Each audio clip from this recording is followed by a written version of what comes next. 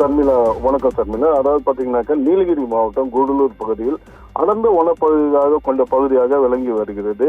இந்த பகுதியில் பார்த்தோம்னாக்கா நாள்தோறும் மனிதர் விலங்கு மோதல் அவ்வப்போது ஏற்பட்டு வருகிறது.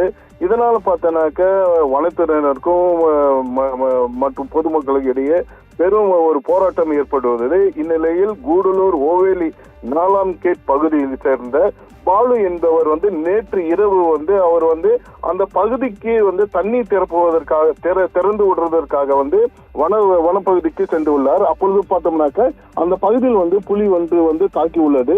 இவர் அந்த பாலு என்பவர் நேற்று இரவு முழுவதும் வீடு திரும்பவில்லை. உடனடியாக அவர்கள் உறவினர்கள் அவர்கள் வனத்துறையினருக்கு தகவல் தெரிவித்தனர்.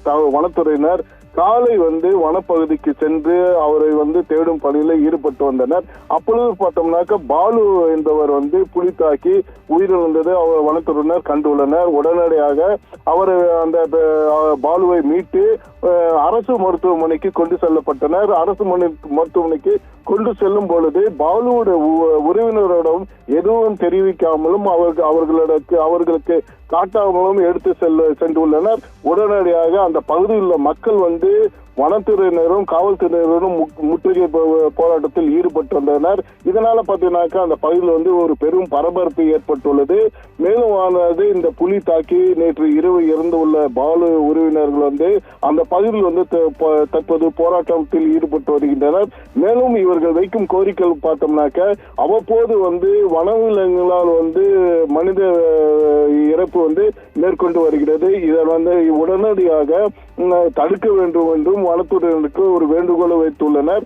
இதனால் பார்த்தோம்னாக்கா அந்த பகுதி ஒரு பெரும் பரபரப்பை ஏற்பட்டுள்ளது. தற்போது காவல்துறையினர் அந்த பகுதிக்கு வரவழைக்கப்பட்டுள்ள தற்போது இந்த பாலுவோட உடல் பிரேத பரிசோதனைக்காக அனுப்பப்பட்டுள்ளது. மேலும் அந்த பகுதியை ஒரு பெரும் பரபரப்பாக ஏற்பட்டுள்ளது. சர்மிளா,